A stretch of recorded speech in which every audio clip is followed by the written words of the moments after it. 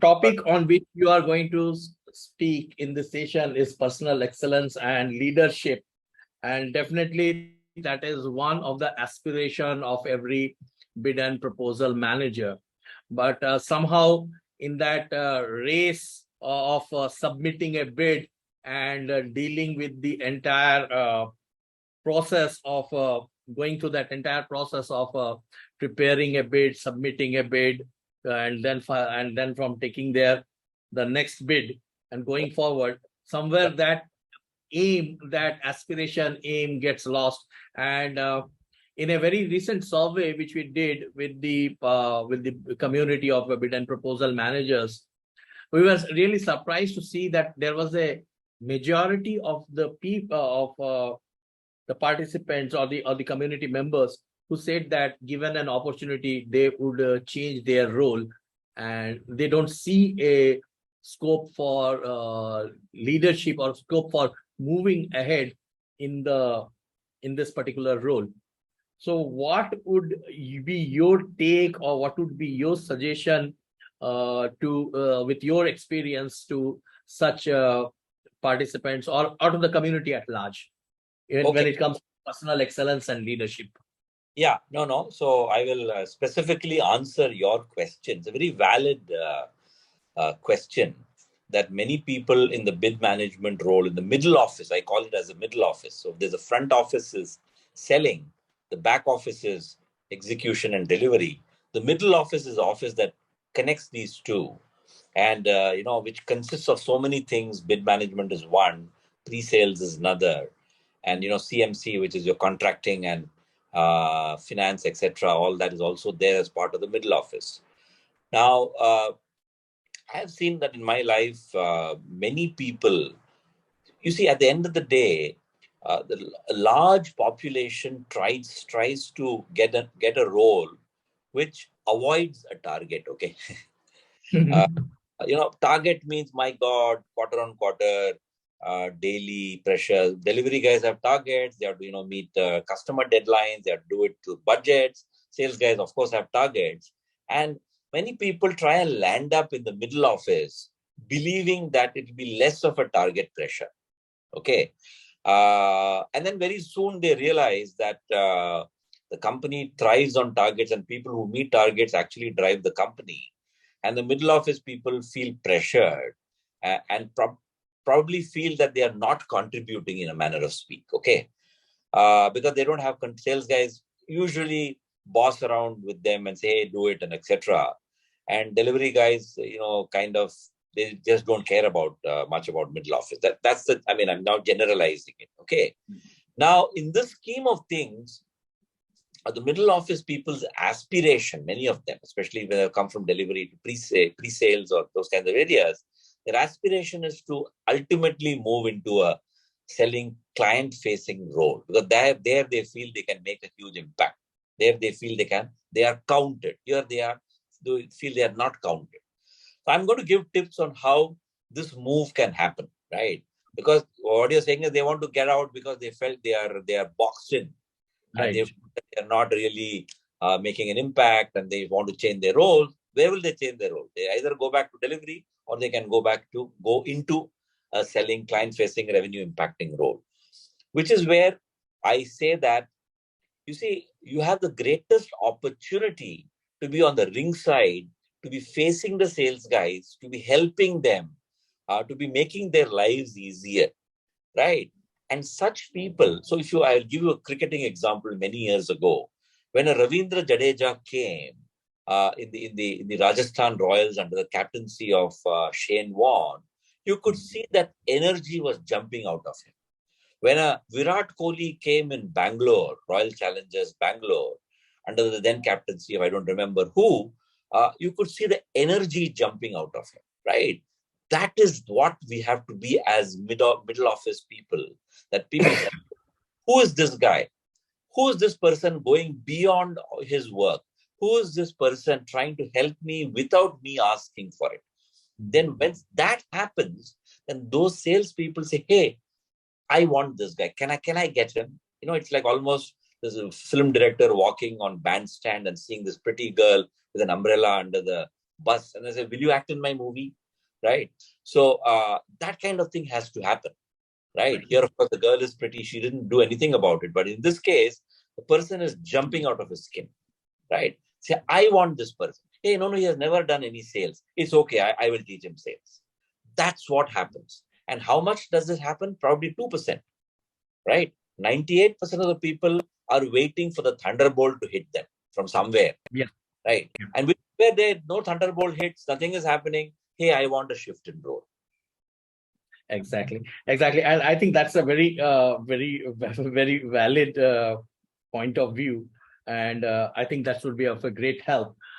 Coming to the term of personal excellence, because this is something, and when we talk about personal excellence, I like you gave the example of a cricketing example, and you gave the example of the director picking up that beautiful girl who never thought that she could be an actress by itself, identifying that potential.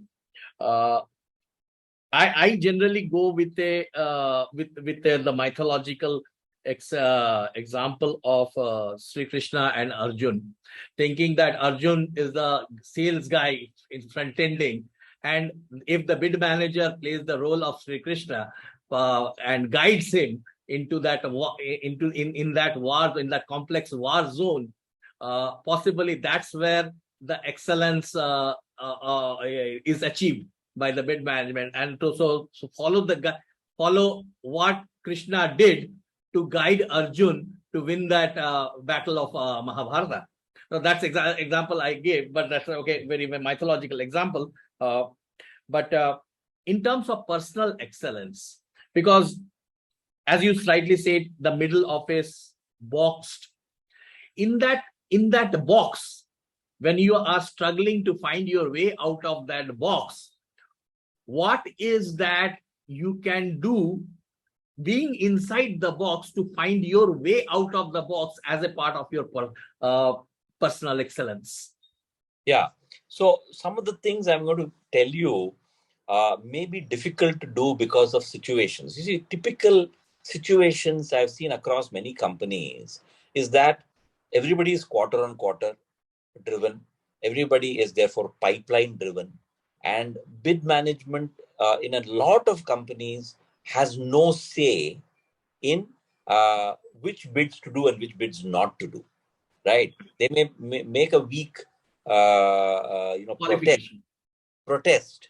Hey, this is not qualified, and yet the sales guys may say, no, we have to be in this because in the longer term we have to be engaged with the customer, etc., etc. So why I'm saying this is that bid management is typically overwhelmed with work.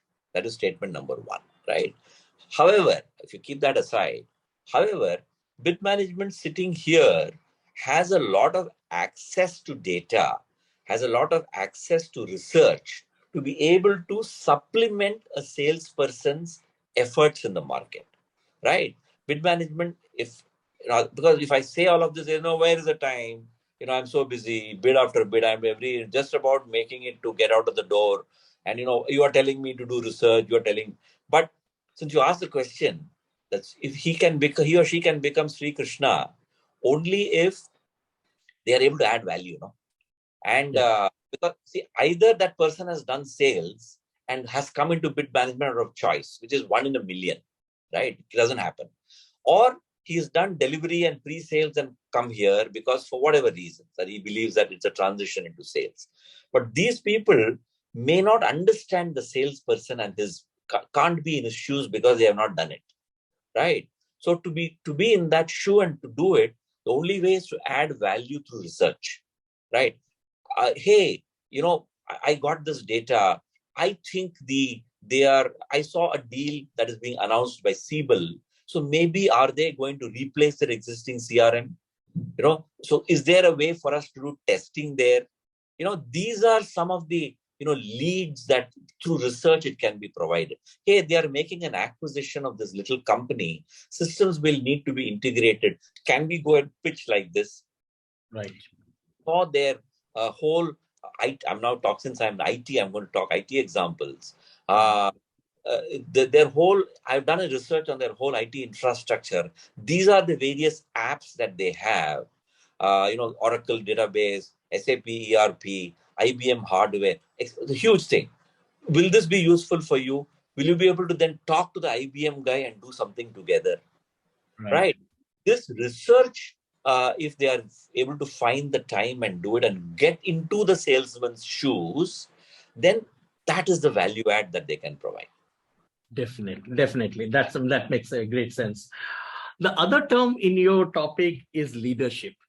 And fortunately or unfortunately, the term leadership in the corporate means a place in the CXO table. But leadership in its own sense has got different connotations in different situations. So is leadership for a bid manager only finding a place on the CXO table, or it can be driving a change within the organization, driving a change in the strategy of the organization? What do you see as a leadership, or how wide do you see the leadership opportunity for a bid manager or a proposal manager? I've been in Tech Mahindra for very long, and for the last from 2004 onwards, I have worked very closely with CP Gurnani, right? By the way, he was my ex-boss in HCL Technologies. Okay. And so one of the things he says, though it may not be directly, is that to be a leader, you have to have followers. Yeah. So if you do not have followers, you're not a leader. A title of a CXO does not compel people to follow you, right? To have followers, you have to have the ability to give value to them, the ability to paint a vision, the ability to tell a story, the ability to excite them, right?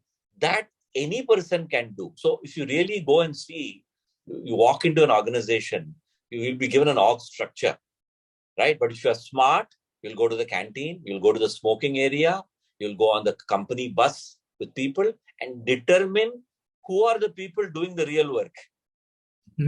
Right. Very true. Very true. Done. And it could be anybody. So in Ford and all that, a shop floor foreman could be a very important man to whom everybody turns to for advice. Whereas the supervisor may be sitting in his cabin and coming twice a day for rounds. Nobody goes to him, right? So you need to deter. So therefore, the counter to this is that you can provide situational leadership wherever you are, right? If you are giving value, if you're thinking about others, right? That is what is leadership about, and not about being a CXO and so on.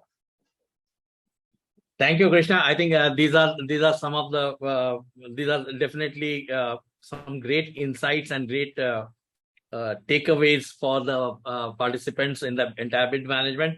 And my last question to you would be like, besides your topic, what are the other topics or what are the other takeaways for you from this convention, from this conference?